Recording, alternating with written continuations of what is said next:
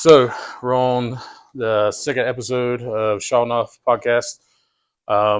Been running into a bunch of difficulties here and there with the hurricane and everything happening and all that stuff. We're supposed to record, I think it was last weekend. Wasn't able to, but luckily we moved it to sometime during the week. Because literally he only lives 5 seconds from me.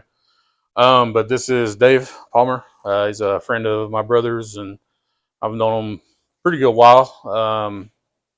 But this episode is it touches a lot for a lot of people, like a lot of I'm gonna say soldiers, just to say that, because there's a lot of them out there that doesn't really get to tell their stories, and I'm not gonna get too like deep with his story, but I am gonna let him, pretty much tell us how his experience with joining the military, living that lifestyle for so long, and then how he met his wife in the military. They were a military family, and the differences and that lifestyle compared to his civilian lifestyle. Because I know I've heard stories from other military friends that I have that some people struggle really bad whenever they come back from that, because that's all they know.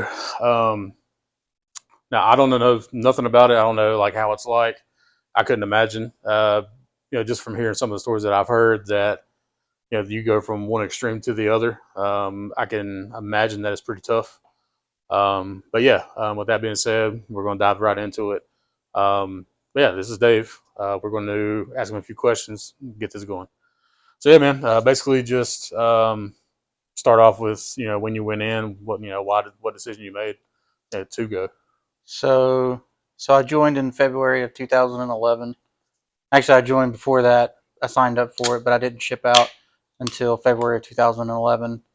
But I mean, at the time before I joined, let's see, I graduated high school. I had one job.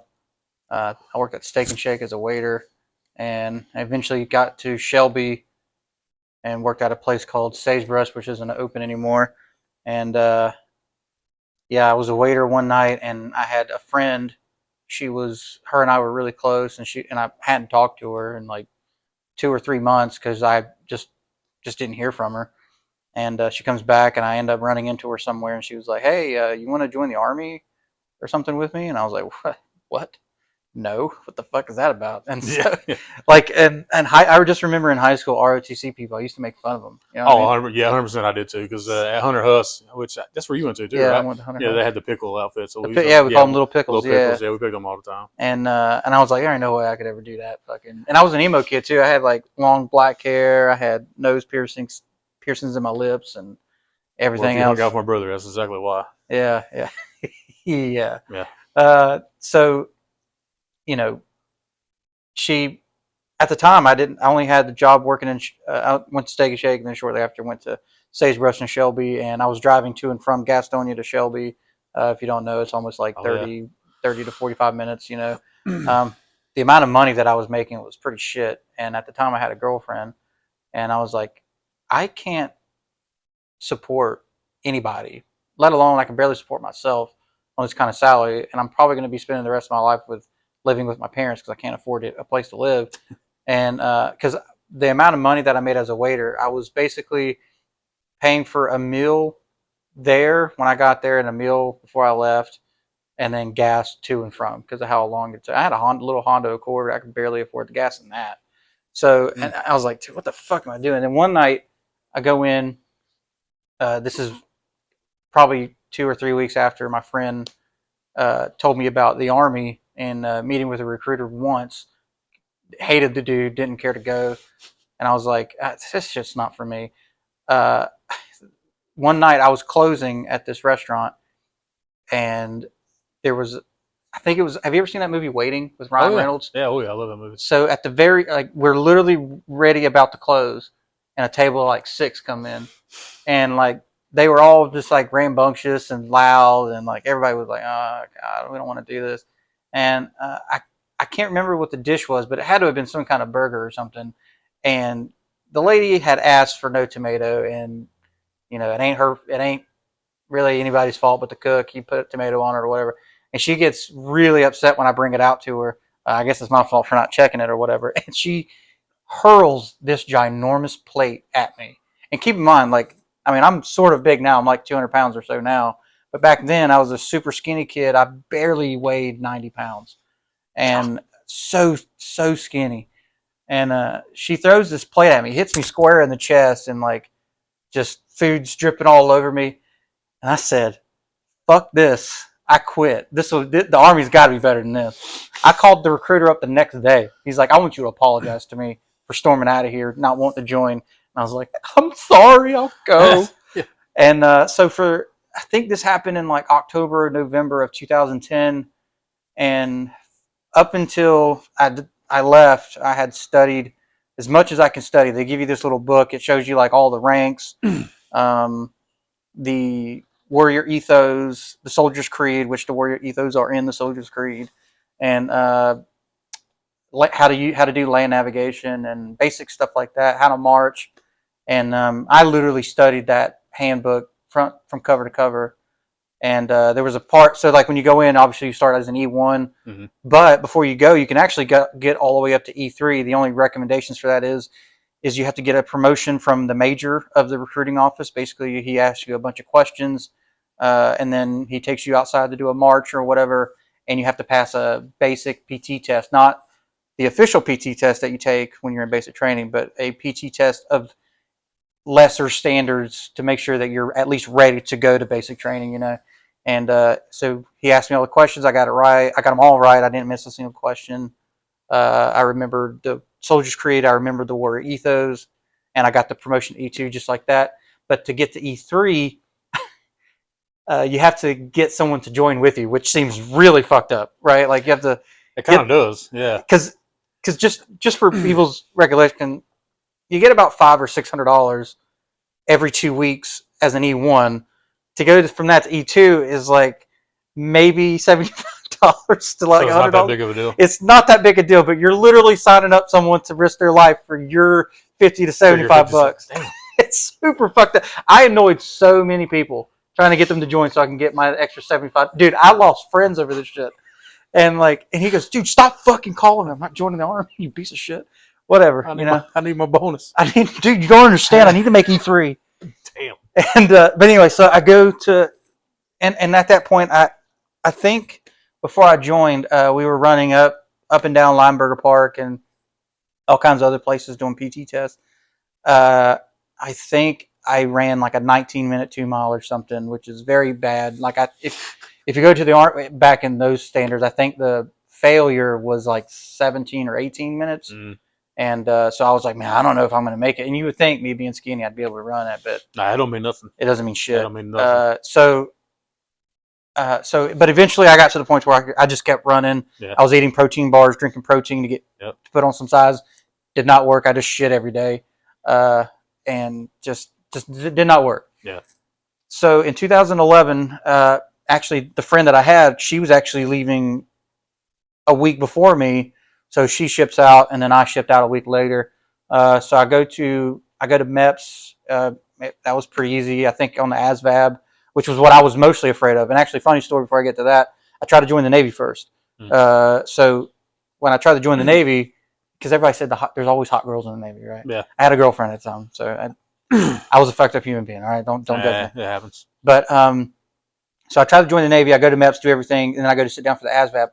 So there was 4 other guys with me, and they all stand in line. They're like, "All right, you're going to go do this. You're going to go do that. You're going to go do that." Palmer, can I see you outside for a second? He goes, "You got a 10. You ain't making it."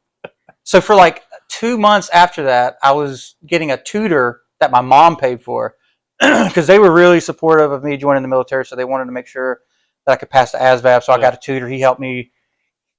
Went from a 10 to a 41. Not good, by the way. Like it's better than a 10, but yeah, it's better than a 10.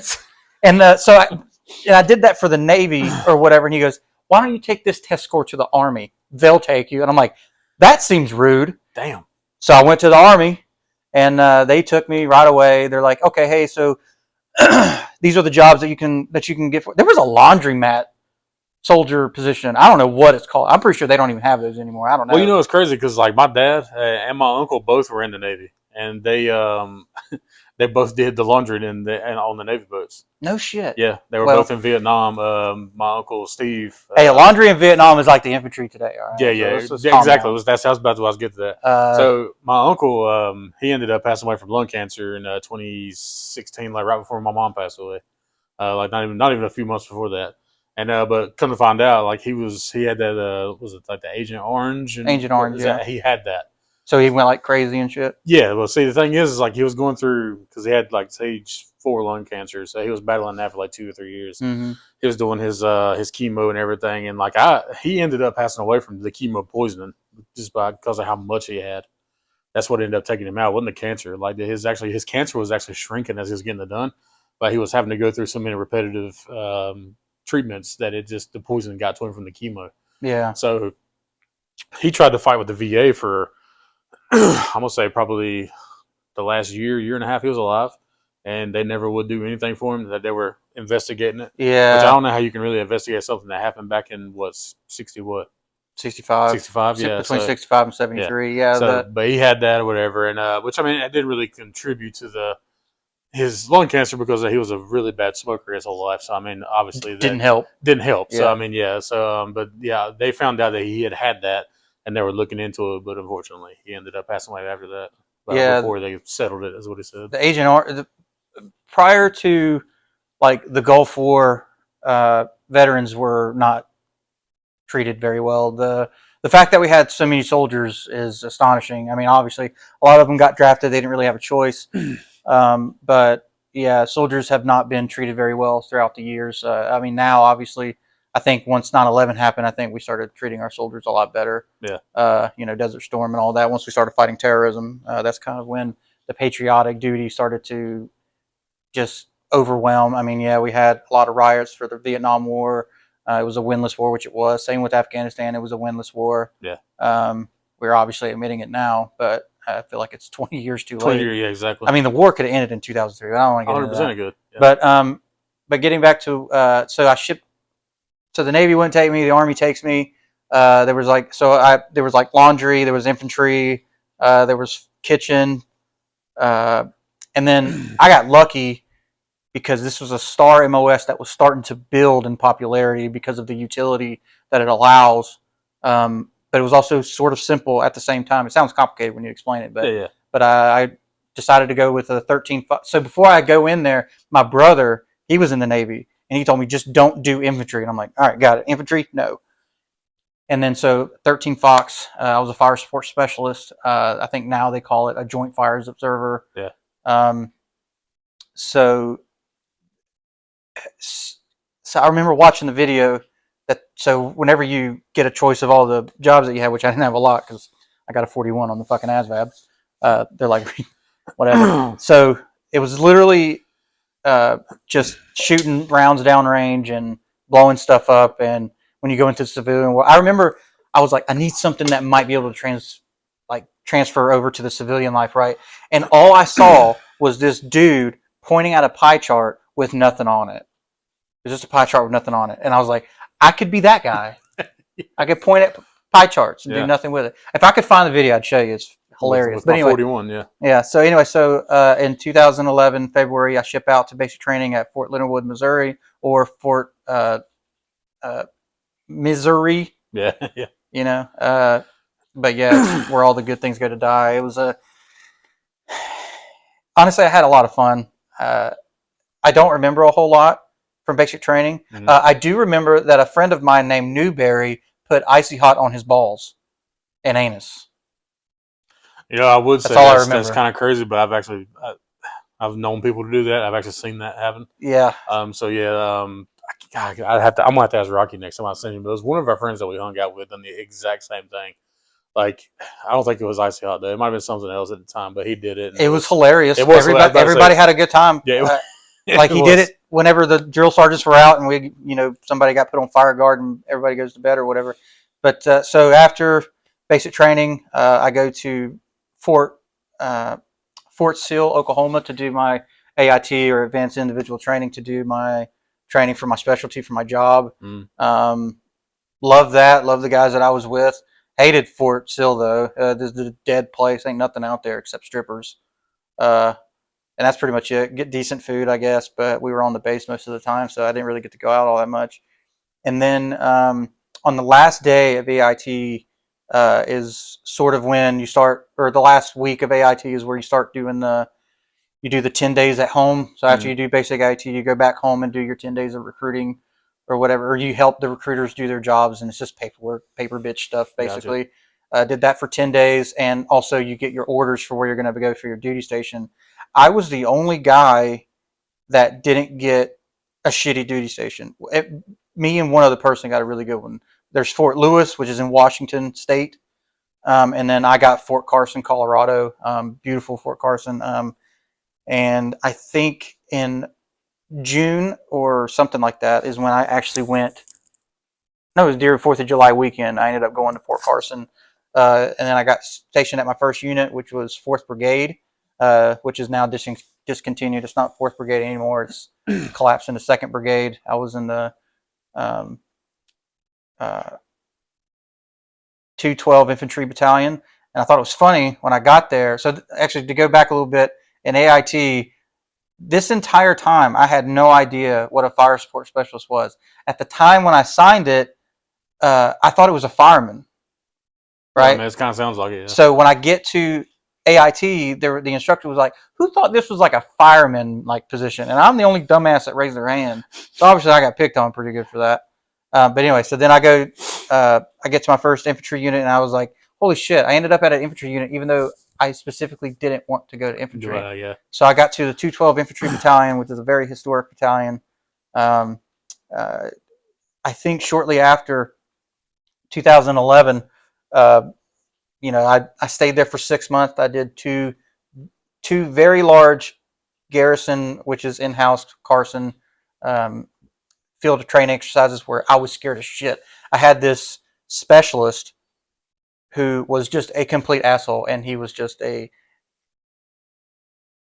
not a good person. Yeah. Okay. And fun fact, literally like a year after I got back from my first tour of Afghanistan, I saw him at IHOP serving me pancakes.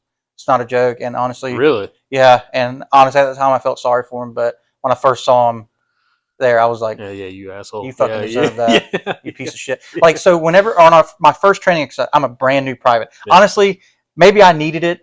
Yeah. But like keep in mind, I'm still a skinny kid. I got a little bit more meat on my bones, but still a skinny kid. He made me carry probably 100 pounds worth of shit on my back, and like I could barely move. I kept moving though. I did not stop. Not to toot my own horn or anything, but I did not stop. I was like, I'm not going to let anybody down on my first training exercise.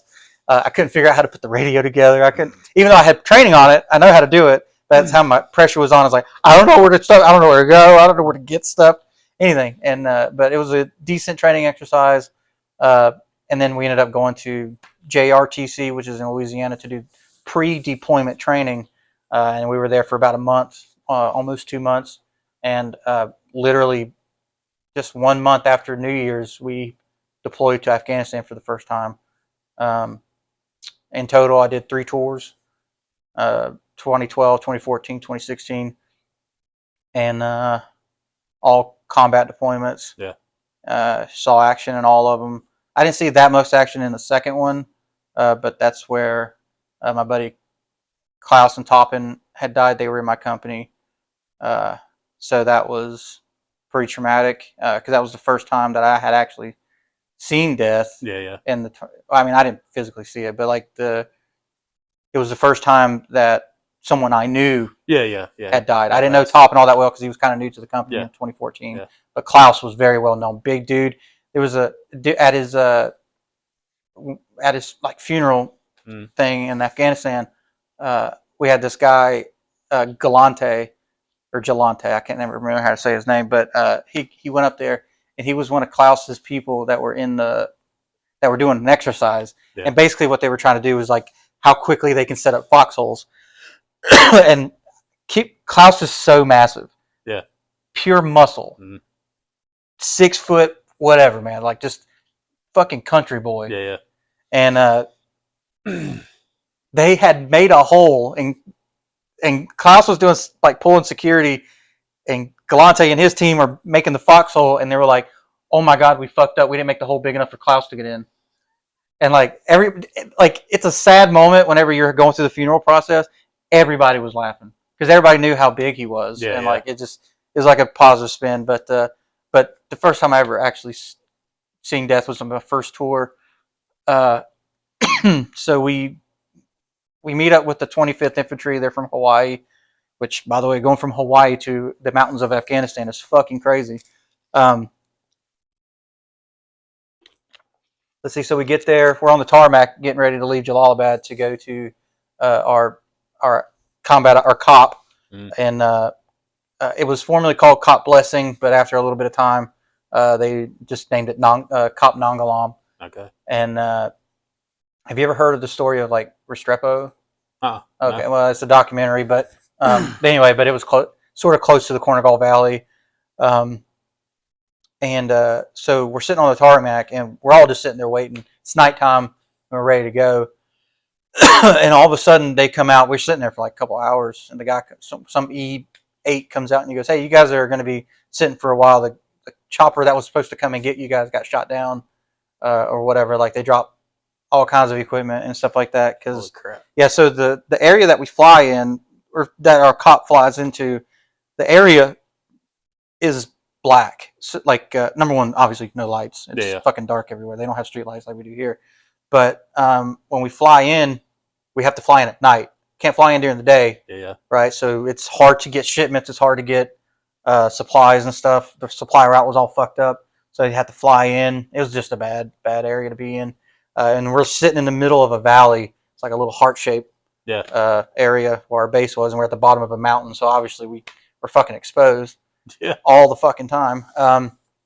So we're sitting on the tarmac. They get shot down. So then several more hours roll by. Chopper comes and gets us. I'm like, holy shit, dude, I'm gonna fucking die here. And we fly in at night. I get there. It's super dark. We finally land safely. At first, they were about to drop us like 100 kilometers or so short of where we're supposed to be. I don't know what happened, but he literally sat us right in the middle of a fucking Taliban village. Oh God! Don't know what the fuck. I don't know what happened. That's just what was told to me after I got off. I didn't know. Obviously, I'm just a private, not knowing what the fuck is going on. And then thankfully nothing happened. I think they shot at us a couple of times, and then we land. So it's dark as shit. I find the one person that I know, and they walk me to the hooch, and I lay down, whatever, wake up. I wake up to mortar rounds. Our base is getting hit up with mortar rounds. I'm like, this is day fucking one. Fuck. Day zero sucked. This is worse.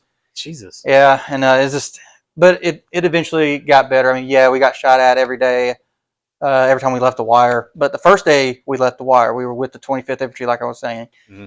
We go, and we literally just barely make it out of the gate. And we had target numbers just everywhere where, like, I can literally look at a map, and I'm like, okay, by terrain association, this is where this target number is. This fucking guy, Taliban, comes over the hill shooting at us. Like, we can just see him as plain as day.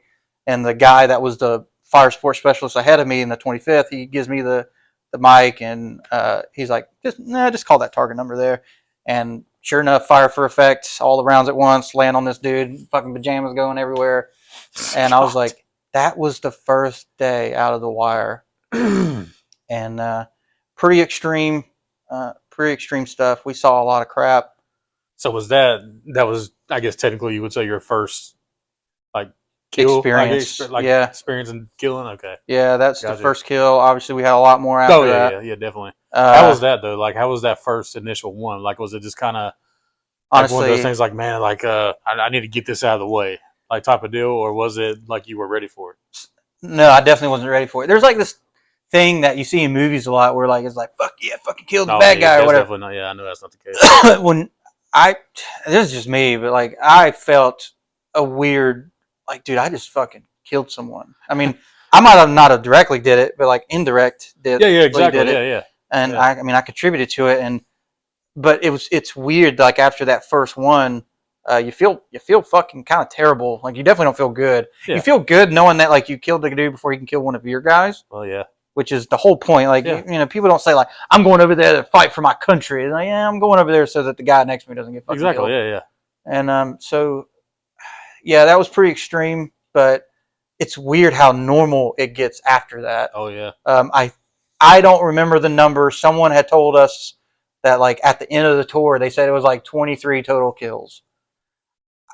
I obviously don't think I can contribute to that because I'm just the one over the radio that's saying, "Hey, the bad guys over there, go get them." Like this is with CAS, close air support, with planes dropping bombs. I had several A-10 calls where I was able to call in gun runs, and I had a B-1 bomber once. Never had an AC-130 call, but the Special Forces guy that went on a mission with us once did. So that was kind of cool to see, even though he didn't shoot at anything, he was just shooting. I was like, that's awesome that you can just do that. Just do it, yeah. And then, and obviously I talked to mortars and I talked to artillery guys and shot rounds. And there was one day I'll never forget. So our comms are so bad because there's mountains all around us. It's hard to get direct line communication without having a satellite radio. But if you have a satellite radio, it's heavy as shit to carry. It's probably 10 or 15 pounds extra weight that I already have on top of my 50 or 60 pounds that I carry everywhere with me. Yeah. And not including my not including my gear, not including the weapon and all that. So so we would usually mostly just use the direct line, but I had a long antenna, and it was long. Like if I had it with me right now, it would go through your ceiling.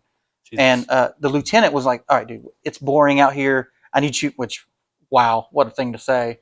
I mean, it's boring. Yeah, it's boring. Need some excitement. He said, "I want you to just walk in between trucks," and the trucks were probably about, I don't know, 20 meters apart or something. He, I just want you to walk, and then if you hear rounds, just start running.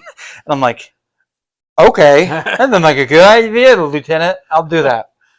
And I did it. The first time I did it, all of a sudden, round goes right behind my legs, hits the wall behind me. I'm like, fuck, and then I start diving, and then I dive where he was, and the fucking antenna jabbed him right in the face. I'm like, that is what you deserve. Yeah. For making me do that. You almost got me killed, dude. And Lieutenant was always the direct line with me, so like the lieutenant's always like your best friend on the battlefield or whatever. Yeah. So yeah, but like I said, yeah, it's weird going through the first kill and how normal it feels going through the rest. So you said you said your second tour wasn't really as crazy. No, kind of more. I ain't gonna say laid back because obviously if you damn over somebody's trying to kill you all the time, it's definitely not laid back. But. Yeah, I think we had 4 total deaths that deployment. I think the weirdest thing about that deployment was during a retrograde. Mm-hmm. So we had a colonel, and I'll remember him forever because he was a piece of shit. He was an asshole. You couldn't talk to the guy. It was just his way or the highway, which I guess you have to have that sort of mentality. Yeah. But he did it to a very much more extreme. Yeah. And everybody hated the guy. But anyway, we were supposed to retrograde this entire time. And it wasn't until a 2-star general or something came down and was like, what the fuck are you guys doing? And then, like, we were living pretty cush. It was pretty nice. And then all that went away. Yeah. And we were down to, like, bare bones, like, eating, like, one MRE a day. Like, we were making 1 MRE last so that the ANA, the Afghan National Army, can take over the base and presume control, which, fun fact, literally after we left, Taliban took over, like, so fast. Oh, wow. Yeah, it was so bad. Same thing happened when we left the first tour, Kop Nangalam. As soon as we left, Taliban came in, took over. They were just waiting for us to leave. Dang. So the ANA were shit. Just a terrible army. Mm-hmm. But yeah, I didn't see that much action. We did do one mission where we went to the Argandal Valley, but it was it wasn't anything crazy. Not until the mission with Klaus and Toppin and his platoon going over there, and then obviously what happened. They were killed by friendly fire. Oh, wow. Yeah, it's just a bad situation. I think the guy that did it was not aware of their fighting position. Yeah. And he dropped a bomb where he thought the enemy fire was coming from, and ended up being Klaus and Toppin. Yeah, it's a pretty bad day for everybody. We all just felt darkness. I can imagine how that guy felt, the one who actually dropped it. He was a Special Forces guy too. So nope. He was either Special Forces or like Air Force Special Forces. I don't remember. But I'd never met the guy, didn't talk to him. Obviously, I was just a lonely guy on the totem pole, just hearing rumors. But never met the guy. But I can only imagine the the guilt he must have felt. Yeah, 100%. Somebody told me that he was the one that dropped the bomb was also the one that died, but I can't confirm that. I didn't talk to anybody about that, nor do I remember. All I remember is Klaus and Toppin. Man. So that was the second tour. Third tour is where I met my wife. Okay. So at the time, I was actually married to somebody else. Yeah. Sorry. I mean, you knew. Yeah. But so the third tour we went to the Helmand Providence, which is where like the Afghan headquarters basically are. Which is weird because when we got there, it's called Camp Dwyer. Mm-hmm. No fence surrounding the base, nothing, just dirt, just open. I mean, there's berms, right? Like you're behind the berm or whatever, but I mean, they're really gonna protect you from a whole lot. I guess what their thought process was is like it's so massive because it really was. It was a massive base. Yeah.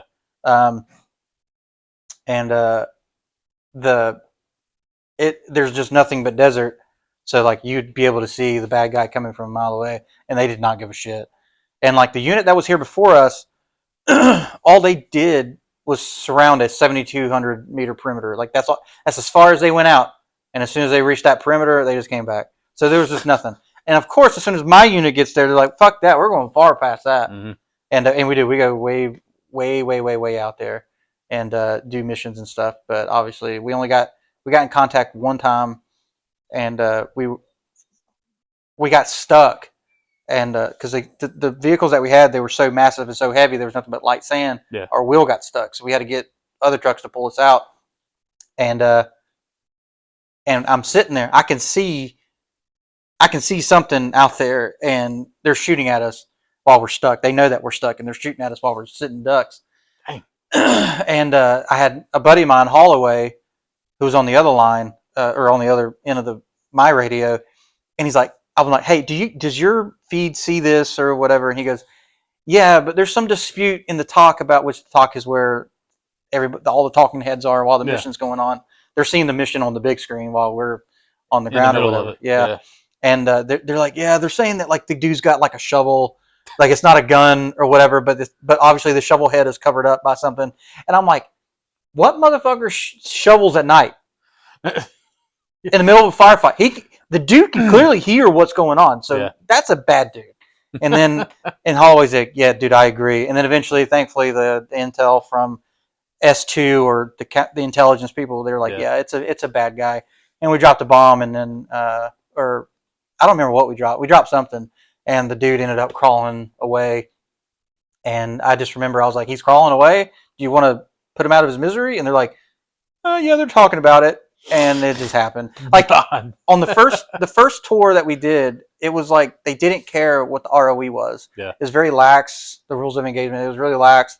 You only needed one form of PID, and then you just killed the dude. But on my last tour, they were like, it has to be two forms of positive identification, one being the eyes on the ground, one eye in the air. And we always had something in the air, and that's how you got PID. So it was just, it could have gotten a lot of people killed. Thankfully, it didn't. Nobody died on that deployment, thankfully. So it was a really good, successful deployment. But yeah, I met my wife on that tour. I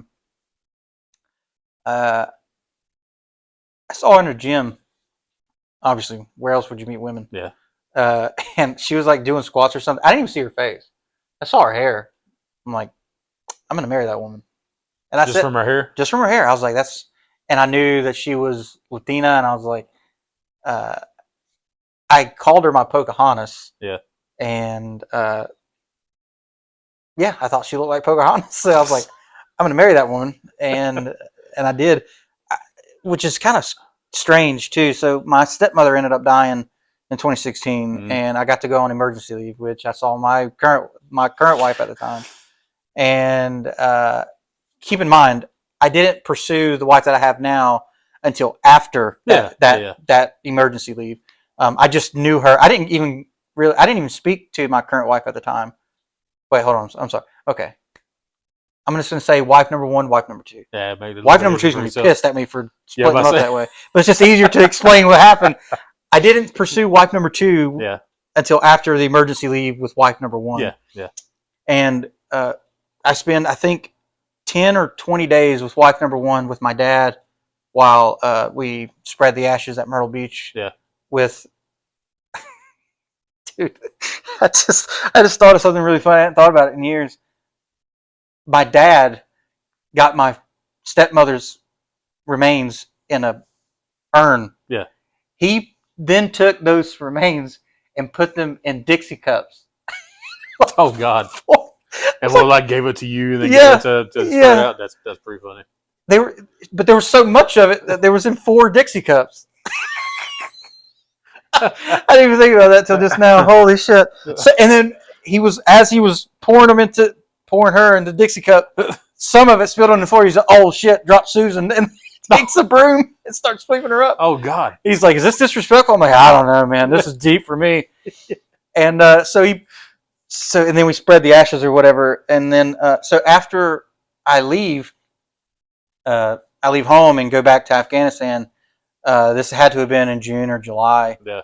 I go back and I had 2 friends. One was Chelsea, and then Alma, wife number 2.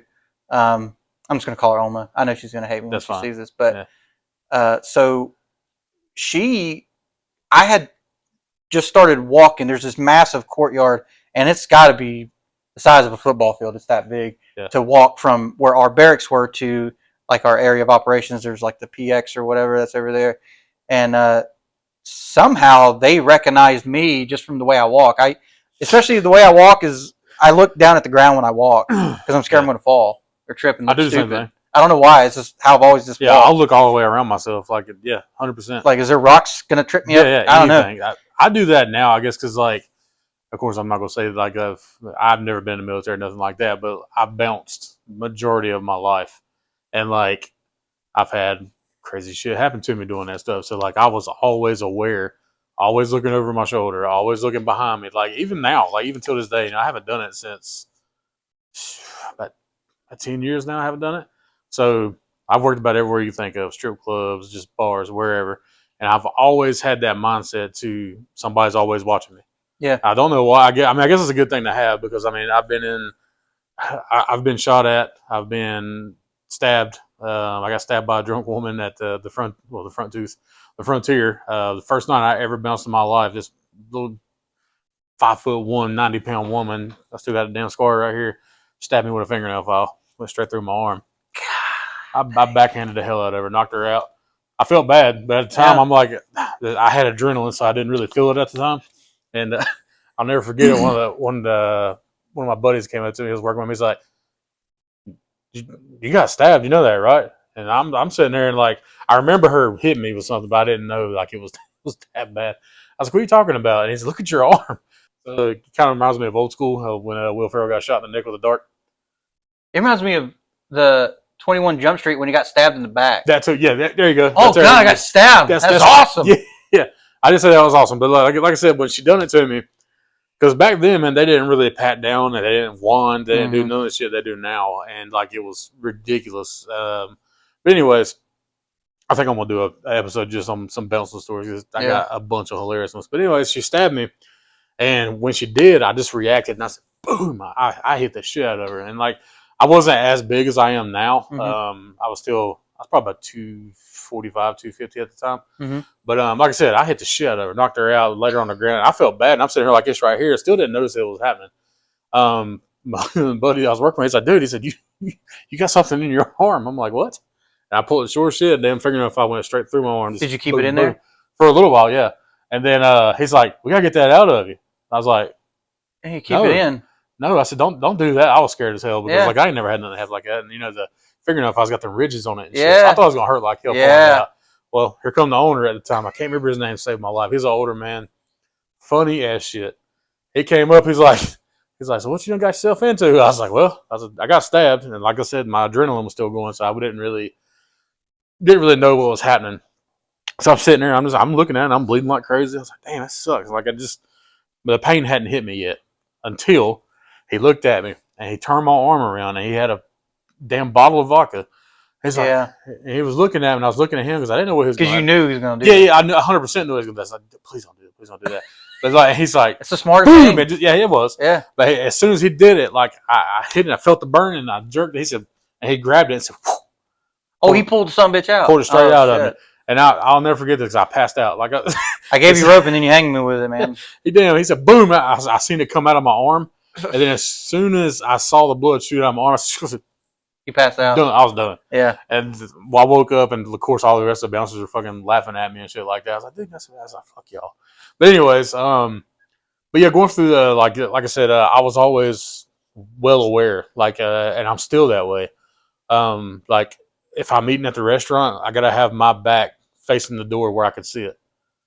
Like I don't want to be to where I can't see what's around me at all times. I had to get myself to stop doing that, just because I know it drives my wife crazy sometimes. Yeah. Sometimes she doesn't really notice. But it's an instinct thing, though, man. Like, yeah. especially for somebody like you, like stuff that you went through. What do you mean, you people? Yeah, exactly. You know what I'm saying? Like it's stuff that you went through, as far as like that. Like me, I'm just like watching my back, making sure nobody's hitting me with a beer bottle and stuff like that. You're waiting for damn bullets to fly past you. So like I still do it. Like, and people ask me all the time, like, dude, why are you always looking out the window? Like when I'm driving, dude, I'm looking at mirrors 24/7. Yeah. Which I mean, I know that's safe driving, but like I'm always seeing for somebody trying to pull up behind me, or it's like somebody's pulling up beside me. Like it's weird. It's kind of aggravating. Like I get aggravated with myself about it. Yeah. But like I work in an office now, and I don't like my back being towards where I can't see. Like I'm still like that. Yeah, I have the situational awareness thing where it's like I'm always looking for like the escape route. Like if I'm in somewhere, 100%. Like in some shit goes down, I'm always looking. You got to know where you're going to be. Yeah. No, 100%. Yeah, I'm like that myself. But yeah, so meet your wife. Met the wife. Yeah. But while we're walking toward each other, she's like telling her friend. This is from what she tells me. She's like, "Is that David?" And I'm like, and her friend was like, "Yeah." So Alma, so me and Alma's friend, her name is Chelsea, which they're not friends anymore, but I was actually pursuing her. Oh, really? Yeah, I was pursuing the friend. I thought at least for a while I was, and then I kind of got the feeling of who she was, and I was like, I don't fucking want any part of that. I'm like, what's Alma like?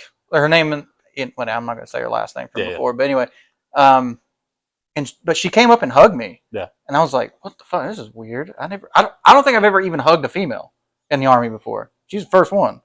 And so your wife now was the first one you hugged? Yeah. And I was like, this is strange. But I had this feeling. I don't know. I can't explain. I had a feeling. And later, I think either that day or the next day, I had asked, because I knew that for a while we were going to the gym together. I had asked Chelsea, I was like, hey, do you think that you could talk to Alma for me and see if she thinks I'm good looking or something, or whatever? Yeah. And because I'm a bitch, I ain't going up to you first. Ain't no way. No, I'm scared. I'm scared of shit. I agree with you, dude. So Alma, being very ballsy, yeah, she actually messaged me and she goes, "Fuck yeah, I think you're good looking." She called me sexy cowboy. I don't get it. Oh man, hell, you called her your Pocahontas, and that's true. I'm like her John Smith. There you go. That's what especially when y'all had that first hug. I guarantee you went back to that moment. Like I did. The movie, just like I did. I knew it. I knew this was going to happen. Where the wind? No. So like the first day that we hung out, it's a big no-no to hang out with the other sexes. Oh, really? After hours, Oh, okay. I got so thankfully, though, she had a room and she didn't have a roommate, and I would sneak in there late at night, and we were watching a movie in her hooch or whatever, and we started hooching. Yeah. And there's a funny story in there where one day she had lent out her hard drive with movies on it to a friend of ours. Yeah. And he came back. I was there. It's late at night. We're doing it. He knocks on the door to give it back, and she's like, "Oh, you gotta go." And I'm like, and thankfully she had like one of these little closet things, like a little plastic zipper thing. Yeah. I hid in that with the boner sticking out. I'm holding it, pulling it down. I'm like, "Shh, she's gonna see me." Don't hit the zipper. But he starts talking to her. He's trying to hit on her as she's standing at the door. So how good does that make you feel, knowing the fact that you were just sitting there? Dude, I was laughing. I'm about to say, you're sitting there, you're beating it up, and then all of a sudden she gets up to get this hard drive, awkward as shit. And I can hear it in her voice that she's trying to get rid of this dude, and he's just not vibing. He's just not, No, he ain't getting it.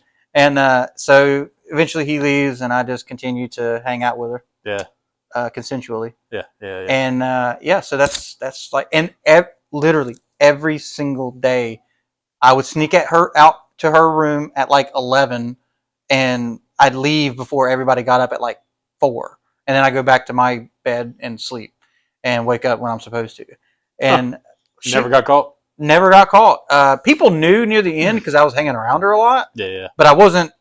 They never caught me at her room. They just Gotcha. caught me, or they just saw me hanging out with her a lot, and they're like, something's Yeah, going yeah. on.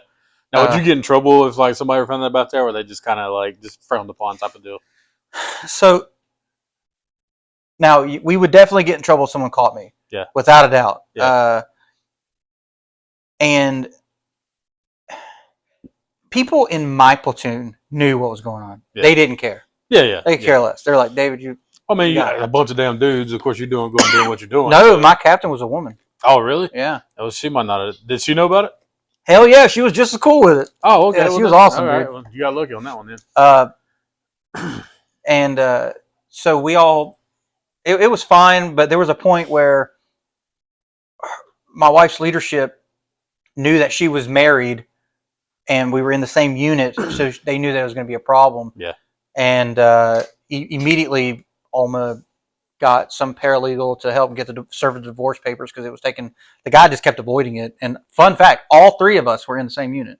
Really? Her first husband, me, and her all in the same unit. Oh, okay. I didn't know he was in the military with her. Yeah, yeah. Oh, okay, okay. Because I mean, you told me a little. I've heard a little bit about this story before. Whenever we're sitting around talking with Ethan, but yeah, I didn't know that was the case. Yeah, we That's were all in the pretty same funny, unit. And he was in Chosen Company. She was in HHB. And I was like in between, or HAC, and I was in between HAC and 277 Yeah. Field Artillery Unit. But yeah, we were all in the same like area, and yeah, it was very weird for a while. But eventually, as soon because I filed my divorce as soon as I got home. The wife I had knew. I was like, I haven't been faithful, and I take full responsibility, and I'm sorry. I'll give you whatever you want. She took the dog, she took the car, she took everything, and I was like, I understand. I gave up everything just because I knew that I wanted to be with Alma. Yeah. We got totally worth it though. it's fucking Yeah, you know fucking A worth it. I mean, I get like of course you're gonna feel guilty because of that happening, whatever. But at the same time, you knew what you were gonna get out of that. Like you had it in your head, like yeah, this is what we're doing, and especially the fact that she filed for divorce from her first husband while she was there. And then of course you said you done it after like you got back or whenever. yeah. So I had told en route back to the States. I think I was in Germany or something, or Romania, and I was like, "Hey, listen, I want to file for a divorce." And and honestly, because I came out and I told the truth, everything was really civil. Like that's good. my first wife was very sad and very angry, but now we got off on good terms, and it was all good. And now she's a wife to someone else, and she's a mother, which tells me even more because when her and I were together, we tried to have a baby because we thought it would make the relationship better. Please don't do that. Yeah. And we just couldn't have a baby. No matter how many times we tried, we just could not have a baby. Huh. And now she's a mother with the guy that she's with now, and I'm just like, man, that's like the universe telling you something, Yeah, exactly. And then now you and your wife now, of course, y'all have a child. So like, obviously, it wasn't. I don't know, man. That's kind of weird. You ever like sat there and thought about that? Like, is like maybe it was a connection type deal that it just wasn't ready. Honestly, me and my first wife, we didn't get along all that well. We fought a lot. Yeah. Had some good times, like like any other couple, but for the most part, I think the bad times outweighed the good. And in this relationship, it's like the good outweigh the bad. Yeah, that's good. That's good. Yeah. See, I mean, I think it's just a thing on my side of the family. Like, I think it's like a Shaw thing. Like I ain't gonna lie to you because like there is something called a Shaw thing. It's real. Yeah, we're very very potent in that category. Ethan, of course, he's got 2 kids. BJ, I think he's got like 15 now. He's got like 16, 17 or something like that. I can't remember. But yeah, like, we're all very potent. Like I got my 2 girls, of course. My kid's first mother, she got pregnant 2 other times after Clarissa was born. She had a miscarriage with one, and then she had a tubal pregnancy with the other. And then the girl I met after that got pregnant, and she had a miscarriage. And then the girl I met after that, which is my youngest child's mom, got pregnant. And then my current wife now, which we're separated right now, but she's fixed, and I've got her pregnant twice. Fixed. fixed. Like her tubes are burnt. They're fixed, Okay. and she got I just pregnant. never heard anybody call it Yeah, fixed before yeah, to a human. yeah. So I mean, like, but it's funny because like we talked about it a couple of times. But anyways, like it was crazy because like both of us never thought it was going to happen. Like Yeah. of course she, you know, with her first husband or whatever, they had to have fertility stuff like that, um, which I mean I don't know I really don't know what causes that. I have no idea. Mm-hmm. But like me, I'm sitting here and like I'm almost I guess I met her 4 years ago. So like I'm not sitting here really thinking I'm gonna be able to get anybody else pregnant, but it kind of happened. But